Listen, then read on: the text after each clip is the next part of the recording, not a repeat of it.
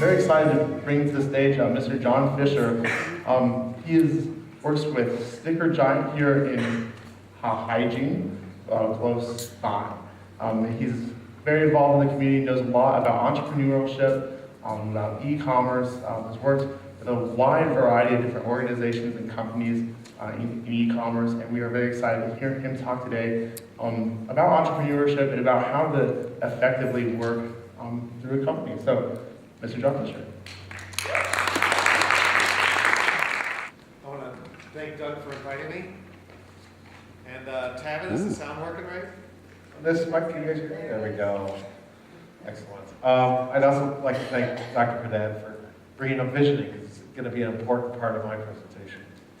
A little bit about me. I'm John Fisher. I have 3 kids at Silver Creek, and I founded a company called Sticker Giant. And we make promotional stickers and product labels and fun stuff like that. It's a great company. And I kind of accidentally ran into this. I grew up in the suburbs of Chicago. I didn't have any special passion for business or passion for stickers. I went to art school. And then one thing led to another, and I found myself in my basement one day with my wife, and we had this little sticker business selling stickers out of our basement. Years later, we've sold $27 million of stickers. That's a lot of stickers. So we're in hygiene. We have 16 employees, and we manufacture that. So why am I talking about the 12 laws of business? There's a book called The Power of Purpose. And go this way. In the light. Into the light. Okay. You guys see me better now? Hi. Yeah. Thanks. So there's a book called The Power of Purpose, and it's by a guy named Dean Tucker. And he did a survey, actually he cited a survey in his book by Harris Interactive that they did a big extensive survey. They surveyed workers all over the United States, a cross-section of everybody in the United States that has a job. And they found out, and these are real numbers, I'm not making this up, 37% knew the goals of the company they were working for. Only 20% were actually inspired or enthusiastic. 20% saw a way where they could personally support those goals, meaning they agreed with them. 15% felt like they could do something about it. They were enabled to. And only 20% fully trusted their employer, the organization they worked for. So Tucker, in this book, aptly compared it to a football team. Silver Creek has a great football team, but if they operated like the American workforce, the team would put 11 players out on the field, and only 4 of them would know which direction is the goal line. 2 of them would care, and when the teams broke huddle, only 2 would know what position they're playing, and only 2 could think they could actually make a difference and score, and 2 of them would be playing for the other team. So that's the state of the American workforce. So I don't care what side of the tax question you're on, or economic issue or whatever. If we could work on these things as a nation, I think that our economy would be a lot better. I also want to thank, before we go to the next slide, Paul Weisensweig, and I probably mispronounced that, and Ari Saginaw, who are friends of mine who run a company in Ann Arbor, Michigan called Zingerman's, and they taught me these 12 laws of business.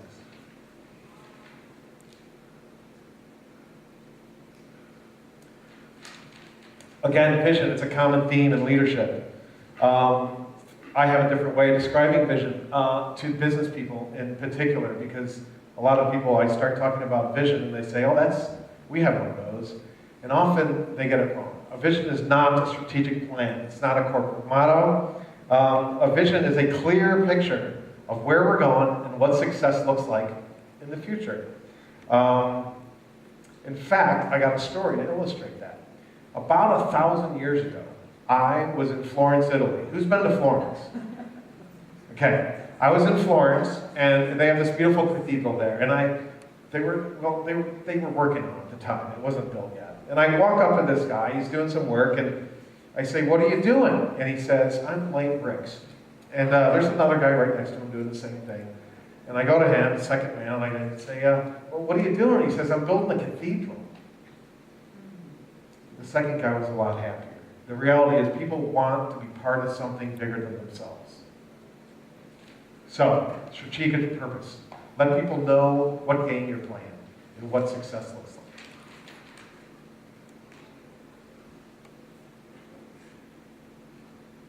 like. Oops. Think about all the businesses in Longmont that you go to. Boulder. Are there any of them that have no reasonable facsimile? Are there any of them that have no reasonable replacement restaurants, convenience stores, big box stores, clothing stores? If you really think about it, I can't really think of any. Maybe the Apple Store in Boulder.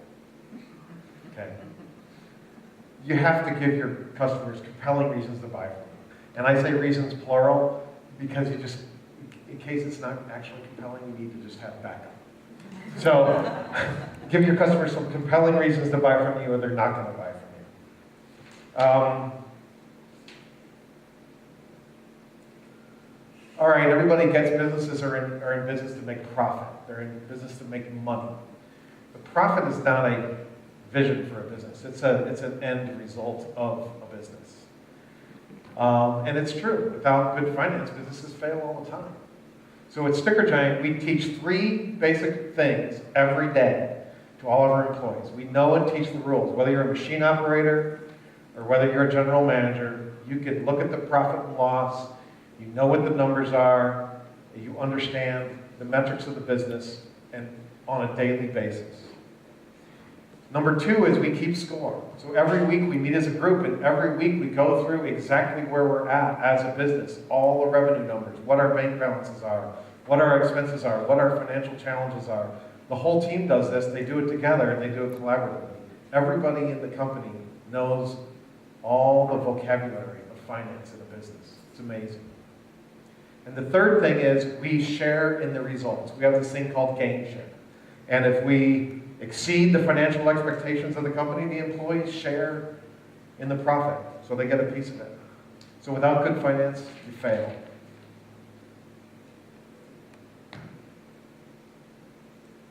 How many of you think getting a job at Blockbuster right now is a great idea?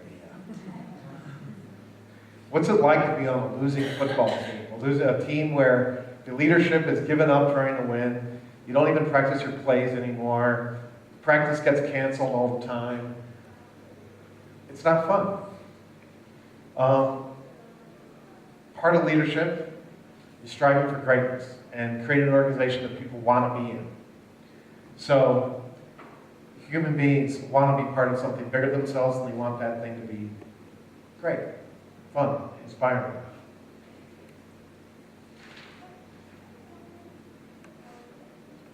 There's a sub-rule that goes with this one. If you want to give your staff, if you want your staff to give great service to the staff. And the sub-rule of this is, in any company that has customers, and in any school district that has students, the staff will never give better service to the customers than the coworkers and the staff and the management give to each other. So at Sticker Giant, we don't teach people how to give great service to customers. We teach them how to be nice to each other, how to get along, how to give good service to each other, and what that exactly means. What does that look like?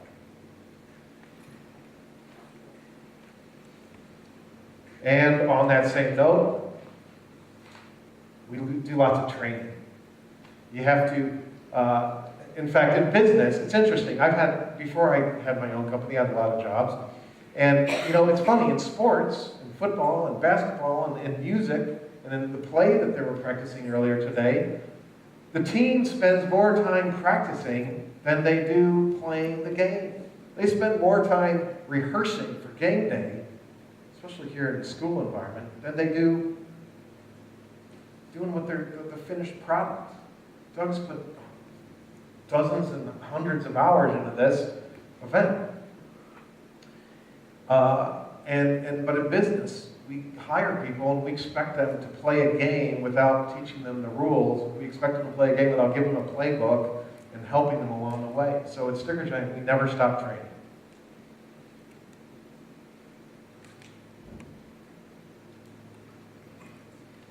Um, I think a big part of this is something that Dr. Cadets talked about, which is integrity.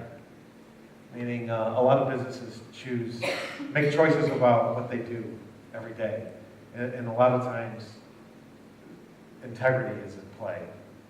But I'm going to tell you a short story. There's 1,000 stories like this out in the world. Whether you go to a restaurant that has great food and dirty bathrooms, or rude staff. Great businesses need to do the work, and they need to do things that other businesses are not willing to do. So I'm going to tell a very quick story. At Sticker Giant, we make stickers. We laminate them with plastic. We bought our lamination from a company that everybody buys their lamination from and makes stickers. It's the most popular laminate out there. Everybody uses it. It's great. It keeps the weather out, keeps the rain off. It's pretty good. But the reality is we knew as a company it wasn't good enough. We knew that in a year or so, that stuff was going to start completely coming apart. And so we went out as a company and found a manufacturer to make lamination for us that costs 10 times more than the lamination we were using. But it lasts a lot longer. It's a better product. We didn't raise prices to our customers. We just provided them a better product, and we paid for it ourselves. And at the end, we have word of mouth, we have success, and stickers are awesome, they last a long time, and our business is thriving.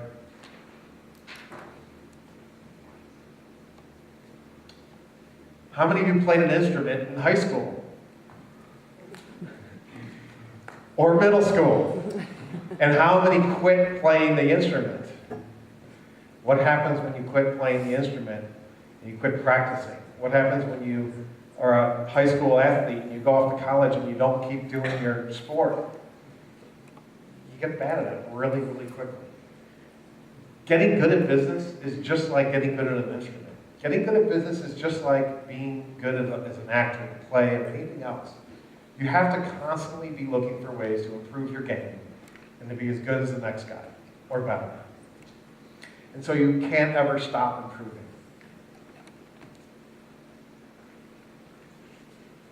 Before I had my own business, I thought success meant you didn't have any problems. But then I realized that that only happens when you die. You don't have any problems the day after you die. For example, at Sticker Giant, we've had trouble. We've had times where we had to struggle to make payroll early on. We didn't have enough customers. That was a problem. As we became more and more successful, we had a much better problem, and that is, how fast can we hire people? How quickly can we buy equipment? How can we expand and invest in our business to keep up with the demand? That's a better problem. It's a lot more fun. So success does not mean problems are going to go away. They're just going to get more fun. Did I skip one? Hold on. God, sorry.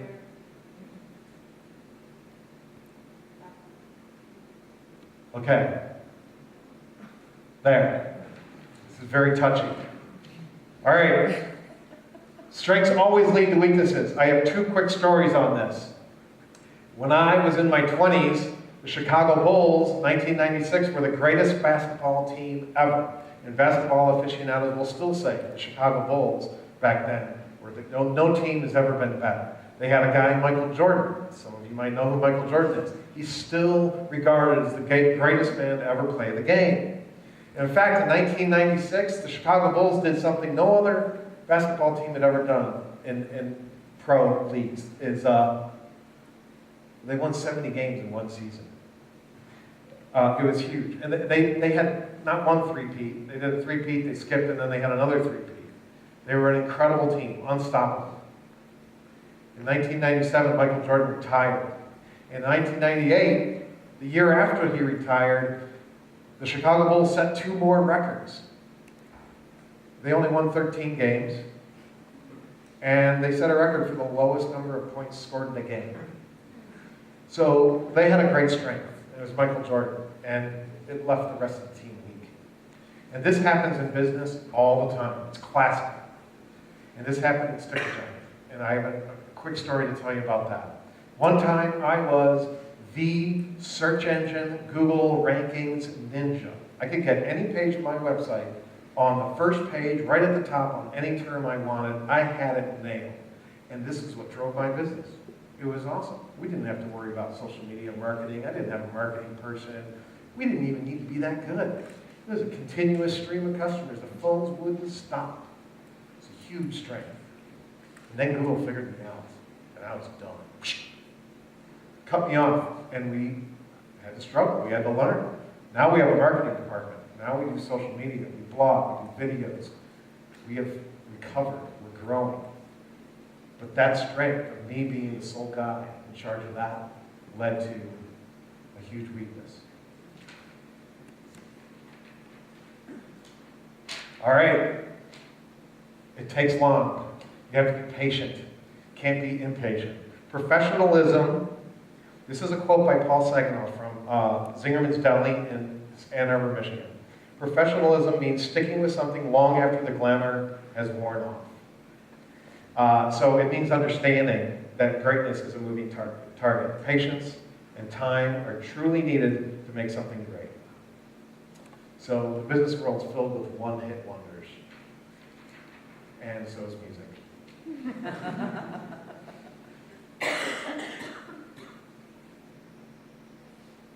Okay. Is that the last slide? That is. This is one of the most important parts, is great organizations are appreciative. And when you're in an appreciative organization, it's more fun. And so as a leader of a company, I don't spend my time really on strategic plans or looking at books or coming up with tasks for people. I spend my time building the energy of the employees and the management and the team I have. I spend my time inspiring them and reminding them of what the vision is. And I spend a lot of time appreciating them and helping them appreciate their coworkers. So, to illustrate this, we actually have this little thing at Sticker Giant that we do. And whenever anybody is feeling down, come in a bad mood, you got a flat tire, your dog died, it snowed 6 feet, whatever it is, if you're in the office and you're in a bad mood, we have this thing called 3 and Out. And what you do is you find 3 people in the office, 3 people you work with, whether it's in the school district or in the school, find 3 people and appreciate them for something that they have done for you in the last month. Like truly, like there's people all around you that have done things for you. Appreciate them. And at the end of that exercise, you always feel better. So at the end of our speech, in the break in between speakers, I'd like everyone to find somebody, just appreciate them for something they've done for you. And so that's my 12 laws of business. Go out, build something great. And thank you, Doug, for inviting me. And thank you, everybody, for being here.